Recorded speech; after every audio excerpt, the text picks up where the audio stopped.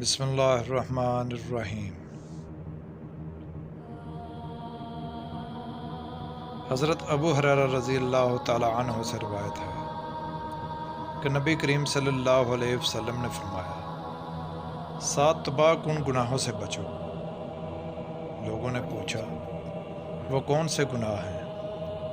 آپ صلی اللہ علیہ وسلم نے فرمایا، 1 اللہ کے ساتھ کسی کو شریک کرنا، 2 جادو کرنا، 3 کسی کو ناحق مار ڈالنا، 4 سود کھانا، 5 یتیم کا مال ہڑپ کر جانا، 6 میدان جنگ سے بھاگ جانا، 7 نیک عورتوں پر تہمت لگانا۔